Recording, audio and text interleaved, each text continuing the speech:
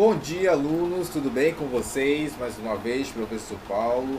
Hoje, terça-feira, dia 6/4, eu desejo para você uma excelente semana, um excelente dia, que tudo possa se realizar, que os nossos estudos possam estar num caminho adequado, tá bom, gente? Então, gente, olha só. Ontem vocês viram o processo de formação das palavras, nós finalizamos ali o processo de formação das palavras. Hoje nós vamos continuar com um tópico que também cairá na nossa prova de língua portuguesa, tá bom? Que é entrevista, beleza? Professor, mas isso é mais fácil. Realmente é mais fácil, só que a gente precisa verificar ali algumas questões para a gente relembrar. Vocês vão relembrar também na aula de hoje, de forma mais detalhada, beleza? Então vamos lá aqui para o nosso guia de estudos, unidade 3, página 44. Você pode pegar aí seu guia de estudos, aquele livro que vem separado, tá bom? No tópico entrevista. Então vamos lá, gente, fazer a leitura aqui para a gente explicar o que seria entrevista. A entrevista ela aparece nos meios de comunicação, como jornal, revista, televisão e internet.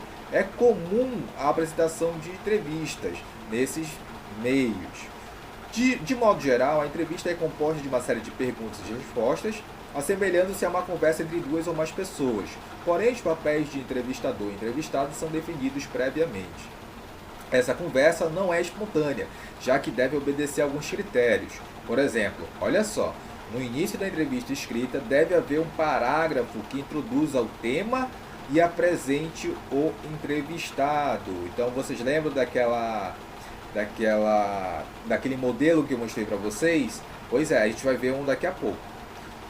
O entrevistador deve se preparar para a entrevista, levando informações sobre o entrevistado, como seus campos de atuação, ou seja, se ele, digamos, é formado em administração e jornalismo, tem que mostrar esses dois lados. Se ele fala ali sobre culinária, mas também ele fala sobre esporte, tem que mostrar as duas visões, os dois aspectos, tá? E suas realizações mais significativas. Então, se ele ganhou algum prêmio, se ele trabalha numa empresa de ponta, se ele já rodou o mundo, né? Se ele já viajou vários países, enfim. Depende muito ali do entrevistado. O entrevistador, a função dele é estudar a vida do entrevistado. Saber o que de fato ele vai falar, saber de fato o que ele vai perguntar, para poder ter toda uma questão de perspectiva, né? O leitor ele quer saber ali qual é a função dele, né? O que ele faz, como ele faz, qual é a didática, tá bom? Vamos lá. Para orientar o leitor, há em geral a indicação de quem fala, o entrevistador ou o entrevistado, seguida de suas colocações. Quando não há essa indicação, as perguntas costumam vir com algum tipo de destaque, ou com negrito, tá bom? Ou o negrito que vem com itálico também. Itálico é aquela letrinha que vem mais de lado, assim, tá bom? Então, olha só um exemplo aqui, gente, é a atividade que vocês vão fazer só para complementar, da questões 79 e 82, na página 44 tem assim: leia um trecho de uma entrevista publicada na revista Exame para responder às questões 79 e 82. Para Salman Khan, ensino requer menos academia e mais prática. Olha aqui o nosso título. Agora aqui tem a nossa linha fina, que vai abordar ali, vai destrinchar qual seria essa temática. Para o americano Salman Khan, o professor mais famoso da internet, os cursos online representam a possibilidade de resgate do ensino personalizado. Então, opa, ele já direcionou aí.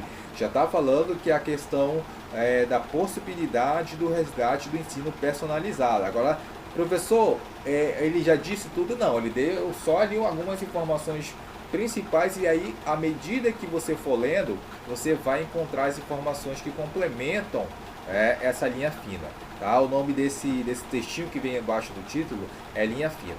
Aqui, identificação, né, da jornalista, a publicação, a hora que foi feita e a data que foi publicada. E aqui, gente, é aquele textinho que vai explorar sobre o entrevistado, vai explorar quem é o entrevistado, o que ele faz, tá bom? Então aqui ó, vocês vão perceber aqui ó, tem toda essa partezinha aqui que vai falar sobre o entrevistado, tá bom? E aí vocês vão ler para justamente para vocês fazerem essa questão, tá bom? Essas questões aqui, 79 e 82. Bom, então você percebe que na minha fala, quando eu expliquei aqui, você percebe que segue uma estrutura, segue a estrutura da entrevista, tá bom, gente? Então é isso, você vai assistir agora a nossa aula e depois vai finalizar fazendo aqui o nosso exercício só pra gente fazer a nossa revisão, tá bom, gente? Então é isso, grande abraço e vamos assistir a nossa aula. Por quê? O nosso gênero de hoje é entrevista, a voz da vez, ok? Então coloquem aí na página 68.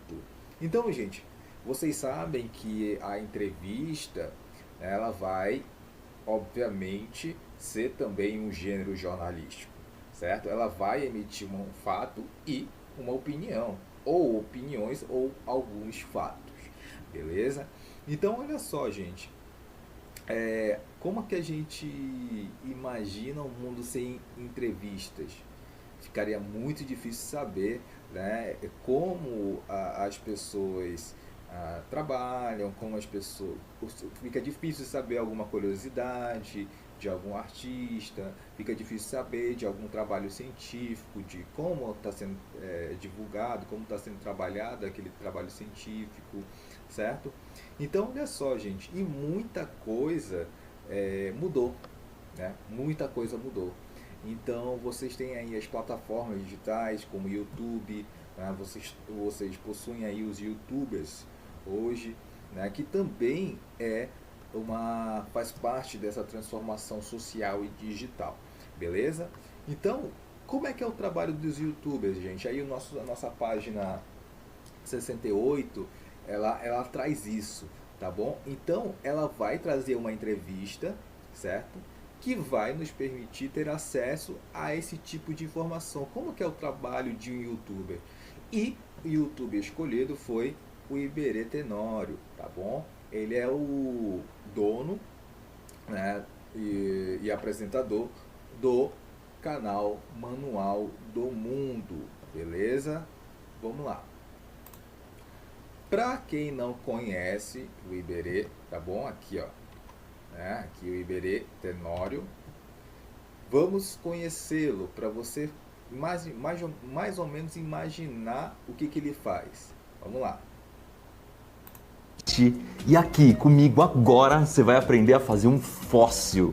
Não um fóssil de dinossauro, mas um fóssil de ser humano, um fóssil da nossa espécie, a Homo sapiens. E é bem fácil, são só 3 ingredientes que todo mundo tem em casa. São 2 xícaras de sal, 2,5 xícaras de água e 4 xícaras de farinha de trigo. A gente vai fazer uma massa e tem bastante gente que gosta de fazer essa massa colorida. Então você pode usar corante ou um pouquinho de tinta guache. Como eu quero que fique com cara de fóssil, eu vou usar um pouquinho de tinta marrom.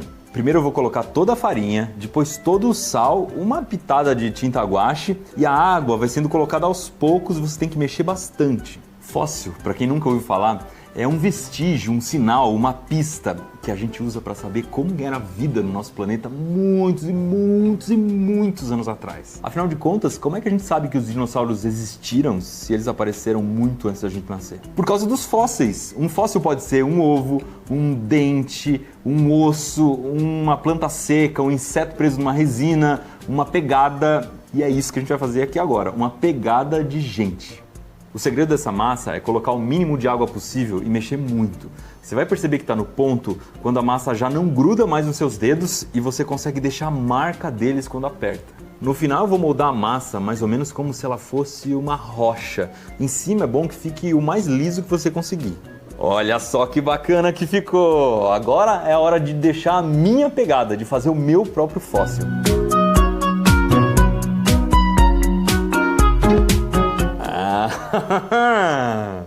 Uma pegada perfeita da minha mão. Legal, então vocês perceberam que o Iberê trabalha com questões, digamos, científicas, com conceitos científicos, até com a questão, né, da arqueologia, das ciências de um modo geral, só que de maneira traduzindo, né, de maneira mais fácil para as crianças e adolescentes. Então vamos lá. Então o nosso livro, ele entrevistou ali, pegou uma entrevista do Iberê, né, e o título diz assim: ninguém tem obrigação de saber tudo, diz criador do Manual do Mundo. E aí a linha fina diz o que, gente? Iberê Tenório conta como vídeos na internet podem revolucionar o aprendizado. E aqui nós temos o nome do jornalista, certo? Nós temos aqui a data, a hora em que foi publicado e a atualização, tá bom? E a data da atualização. Beleza, nós temos aqui a fotinha do Iberê e nós temos aqui uma legenda. O jornalista Iberê Tenório deixou as redações para fazer sucesso produzindo vídeos para o YouTube. Então a gente vai ver algumas características, né, da entrevista. Primeiro nós temos, gente, sempre na entrevista, um textinho que apresenta o entrevistado. Então olha só, jornalista por formação, Iberê Tenório comanda ao lado de sua mulher, Mariana Fulfaro, o site Manual do Mundo, com vídeos educativos de receitas culinárias, mágicas e principalmente experiências científicas. Tudo com uma linguagem simples para estimular o interesse das pessoas pela ciência. O casal, uma das atrações, do Festival Brasil 2016, que acontece nos dias 2 e 3 de dezembro no Armazém Utopia, na zona portuária do Rio. Então, ele participou de um evento que é justamente falando sobre essa experiência dele. E, obviamente, o jornalista, ele apresentou quem é o Iberê.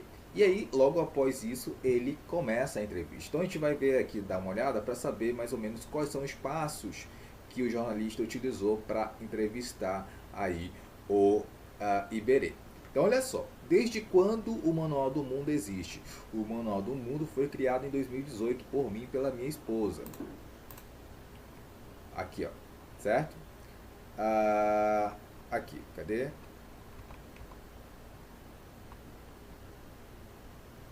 Aí ele fala o seguinte, olha só, gente. Aqui seguindo, Mariana Fulfaro. Desde então já publicamos mais de 1000 vídeos e conseguimos mais de 7 milhões de seguidores no YouTube. Aí ele segue aqui, tá bom? Pergunta 2. Você é jornalista por formação? Como surgiu a ideia de fazer vídeos para a internet? O ano de 2018 foi quando o YouTube explodiu. Isso você nem sabia, né? As câmeras ficaram acessíveis, a banda larga se popularizou e a resolução dos vídeos no YouTube melhorou. Percebemos que esta seria uma revolução no jeito que as pessoas ensinam e aprendem. De repente, as pessoas passaram a ter acesso a qualquer conteúdo, de qualquer lugar do mundo, na hora que elas quisessem. E aí, por que os vídeos são sobre ciência? Começamos fazendo vídeos que ensinavam coisas simples do que aprendemos na escola, quando criança, e percebemos que o público gostava muito da forma como explicávamos como as coisas funcionam. Nós temos outros tipos de vídeo, mas os que mais trazem conceitos científicos são os que agradam mais também. Ao todo, cerca de metade dos nossos vídeos é sobre ciências. Com o tempo a gente foi se aprimorando. Hoje eu tenho até um professor particular de física. Aí ele fala assim, o jornalista, e para que servem essas aulas particulares? Aí o Iberê responde, eu estou querendo me aprofundar, já fizemos muitos vídeos e os assuntos estão se tornando cada vez mais complicados. Eu seleciono dúvidas que tenho sobre vídeos que quero fazer e levo para ele. São questões da vida real sobre como explicar a construção de um motor caseiro, por exemplo. Então você percebe, gente, que o jornalista ele vai fazendo perguntas pontuais, perguntas que obviamente ele preparou antes, né? Ele fez esse roteiro antes. Talvez ele tenha até mostrado para o Iberê, né, anteriormente, para o Iberê já preparando ali a sua resposta. E obviamente o jornalista estudou a história do Iberê, ele sabe quem é aquela pessoa, ele sabe o trabalho do Iberê. Por isso que ele faz essas perguntas direcionadas, tá bom? Vamos seguir aqui. Como você escolhe os assuntos que serão abordados nos vídeos? Nós temos o calendário de produção, são 3 vídeos por semana, sendo que toda terça-feira tem uma experiência, que foi a que a gente viu lá. O restante a gente divide em outras categorias, como receita ou mágica. Para a escolha do assunto, eu sigo alguns critérios. Deve ser algo fácil de entender, de preferência que seja possível fazer em casa e que seja interessante. Essa é a vantagem em relação ao jornalismo. Eu não tenho a pressão da atualidade. Se for uma coisa, se for uma coisa científica, Se for uma coisa legal cientificamente, mas chata, eu não faço. Eu posso replicar um experimento do Benjamin Franklin de séculos atrás. Né? Então ele falou, se for uma coisa cientificamente legal, mas se for chata, assim, ele deixa pra lá. Mas se for algo simples e que tenha conceitos científicos, né, ali dentro, ele faz. Beleza? Então olha só, sexta pergunta. E como foi a transição do jornalismo para o YouTube? Olha, isso aqui é importante. Eu já trabalhava com ciência. Opa. Aqui, ó. Já trabalhava com ciência. Aqui, peraí. Ah, tá. Eu já trabalhava com ciência no jornalismo. Meu trabalho no G1 era ler papers diariamente e transformá-los em matérias. E muito do que eu fazia na redação continuo aplicando nos vídeos. Aproveitamos ganchos para definir as pautas e, quando o assunto é muito complicado, recorremos às fontes. O pulo do gato é tornar fácil o entendimento de assuntos difíceis. A gente foge de palavras esquisitas e conceitos complicados de serem explicados. Então, olha só, gente, essa última pergunta aqui que a gente vai ler. Você acredita que os vídeos podem mudar o formato de aprendizado nas escolas? Aí ele responde assim. Se há um legado que a gente pretende deixar é esse, explorar um jeito novo de aprender e ensinar. Nos vídeos existe uma liberdade que não tem na escola. Você vê o que você quer, na hora que você quer e no nível apropriado. A linguagem também é diferente. Os livros escolares são muito quadrados, distantes dos alunos. A gente consegue uma proximidade muito bacana. Como, por exemplo, é só pensar em como o livro ensina a germinação de uma semente.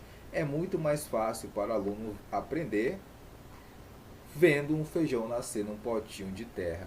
Olha só que legal, né, gente? Então ele traz algumas informações sobre, primeiramente, o canal, depois o jornalista vai abrindo a entrevista sobre outros conteúdos, né? Por que os assuntos que ele aborda são esses, depois vai dizer por que ele utiliza tal linguagem, né? Por que esse formato tem dado certo e por que isso pode ser utilizado na escola. Então, gente, o jornalista ele vai trabalhando várias vertentes, várias posições para quem? Para o leitor ter justamente essa visão, né, ampliada sobre o Iberê, sobre o trabalho do Iberê.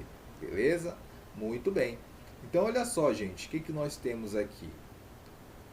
Essa entrevista ela está na página 68 e 69. Beleza? Muito bem. Olha só, gente, então vocês perceberam que a estrutura da entrevista, eu já até falei para vocês, já até abordei aqui, né? Ela é basicamente estruturada naquela questão das perguntas e respostas. Só que a gente não pode ficar, obviamente, nisso. A gente tem que perceber que existe toda uma estrutura, certo? Olha só, aqui, né, tem a fonte de onde, né, foi tirada essa reportagem, certo? Nós temos aqui o título, nós temos a linha fina, nós temos o jornalista, como eu falei, a data da publicação, a hora da publicação e os dados da atualização dessa entrevista. Beleza? Então, essa é a estrutura, ok? Professor, o que é inferenciação? Olha, inferir, gente, é a capacidade de se compreender aquilo que não está explícito no texto. Isso daí está em que página, professor? Isso está na página 71. Por quê? O que é inferir, gente? É quando aquela informação não está no texto, certo? Então, gente, muita coisa. Vou dar um exemplo. Papers. Ele falou em papers lá na entrevista. Você sabe o que é papers? Pois é. Então, você sabe que papers é alguma coisa do jornalismo que ele falou lá. Então, papers é justamente o que, gente? É você pegar, né, algumas informações, né, e transformar isso em matéria. Então, gente, inferir é justamente isso. Opa, papers tem a ver com jornalismo. Ele falou que ele pega os papers para fazer matéria. Então, papers são algumas informações que ele pega de algum lugar, né, de alguma fonte, para poder fazer as matérias e publicar essas matérias. Então, isso é inferir.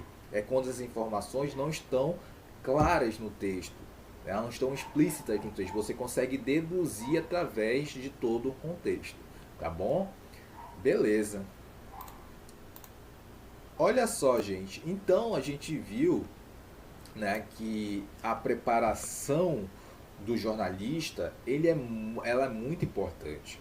Ela precisa, obviamente, o jornalista precisa estar preparado, estudar sobre o entrevistado, beleza? Por quê? Porque ele vai fazer perguntas como o nosso jornalista fez, né? Perguntas bem direcionadas, abrindo os horizontes, não perguntando sobre a mesma coisa sempre, tá bom?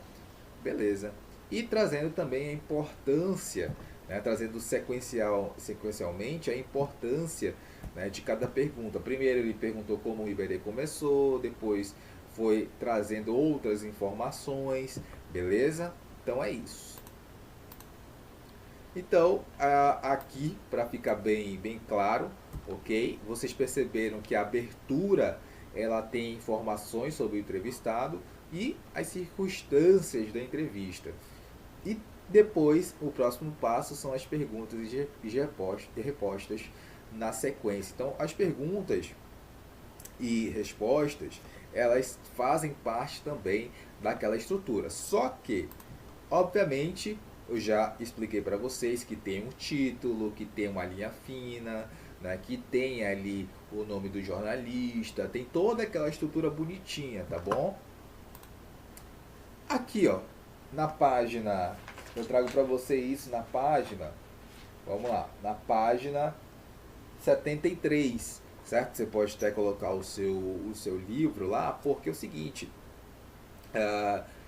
ele fala assim, quais são os elementos da estrutura da entrevista de acordo com aquele texto que nós vimos, certo? Então, olha só, o título é Ninguém tem obrigação de saber tudo, diz o criador do Manual do Mundo.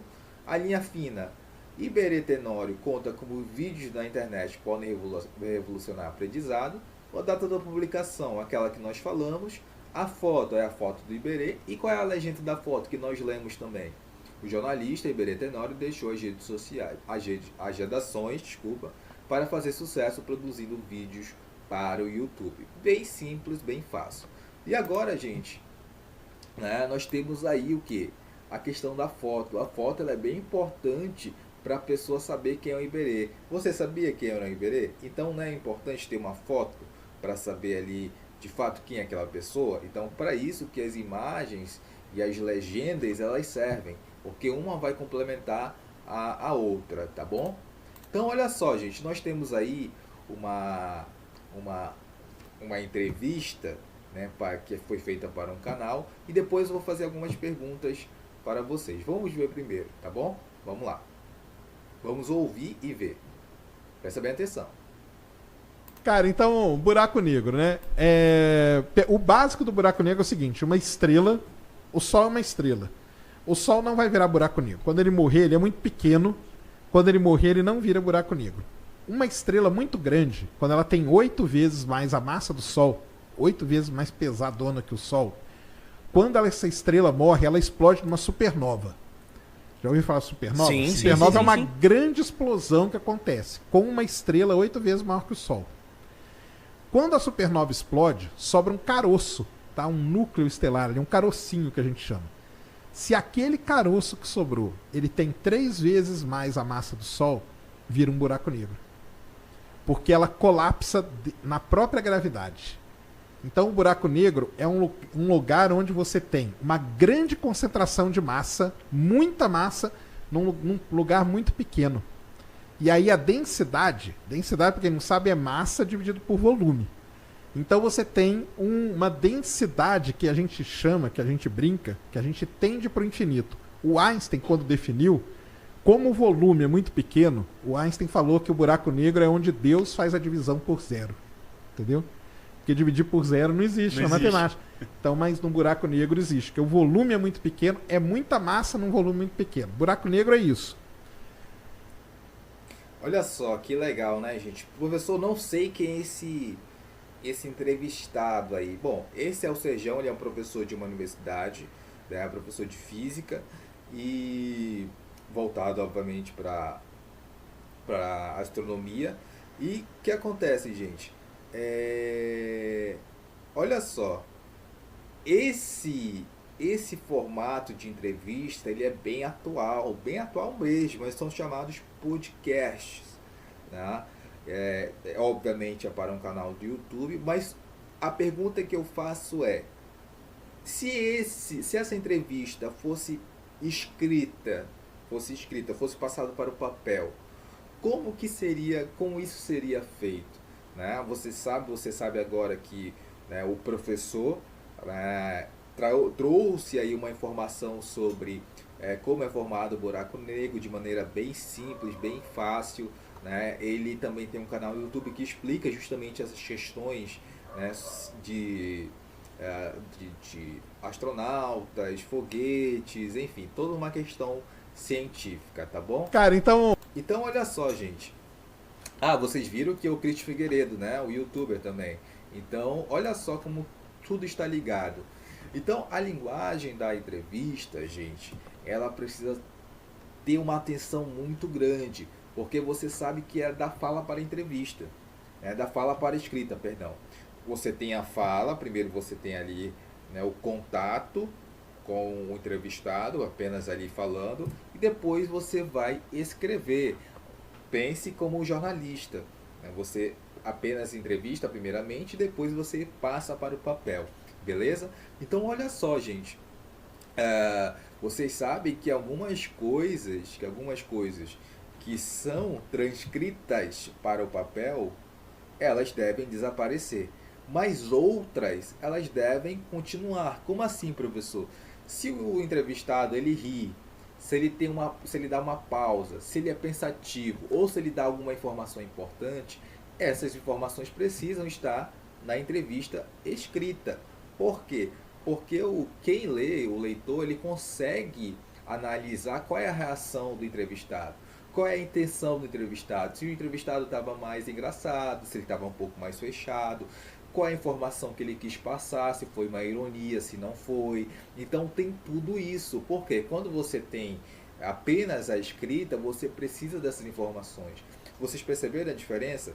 Que nós vimos o vídeo e nós não precisamos dessas marcas, porque nós estamos vendo e ouvindo, então nós não precisamos. Agora, quando é escrito, aí nós precisamos, tá bom? Então, gente, nós temos vários tipos de entrevistas aí. A entrevista individual, certo? Só participa que nem aquela que nós vimos. A entrevista em grupo, quando você tem uma pessoa para vários jornalistas, né? Geralmente jogadores de futebol, ou então empresas importantes, algo, né, bem relevante, acontece esse tipo de entrevista. Entrevista de rotina, tá? Que acontece no noticiário e tudo mais, aquela que você vê no jornal, né, que passa à noite, no jornal que passa pela manhã. Entrevista de pesquisa ocorre quando tem um especialista na área, né, de repente um médico ou um educador físico que fala sobre temática de saúde. Nós temos entrevista com personalidades, que é justamente personalidades, digo assim, um músico renomado, e ele vai contar a história dele, que nem o Iberê fez, certo? Que nem a entrevista do Iberê. Entrevista opinativa, tá bom? É marcado aí geralmente por autoridades, mas autoridades que eu digo assim, autoridades mesmo no assunto, né? Sem ser ali especialistas, mas uma pessoa realmente que tem um peso muito, muito, muito grande ali dentro daquela temática. Entrevista exclusiva, que é quando acontece algum fato assim diferente, e aí você tem uma entrevista exclusiva para esclarecer aqueles fatos. Entrevista caracterizada, né, gente? Quando você tem aí dentro da reportagem ou notícia uma entrevista sendo feita por uma pessoa que sofreu aquele problema ou por alguém que não acredita naquele tema, como vocês viram naquela aula sobre... Opa, travou um pouquinho, né? Como vocês viram naquela aula sobre a reportagem e notícias, lá tinha algumas entrevistas dentro da reportagem e dentro da notícia. Beleza? Então é isso, gente. Da fala pré-escrita, como eu falei para vocês, tem que ter alguns cuidados, né? O jornalista ele vai tirar algumas hesitações e vai fazer algumas correções quando ele for passar para o papel escrito. As pausas e falas descontinuadas ele vai tirar também. Os cacoetes também ele tira, porque tudo isso precisa ficar fora para poder ter uma entrevista mais limpa, tá bom? É isso, gente. Grande abraço. Assim, a nossa atividade. Páginas 63 a 66 da unidade 2, só para a gente terminar ali a unidade 2. E também nós temos aí as páginas 67 a 76. Então, páginas 67 a 106 já da unidade 3 sobre entrevista. Tá bom, gente? Então é isso. Grande abraço e até a próxima aula.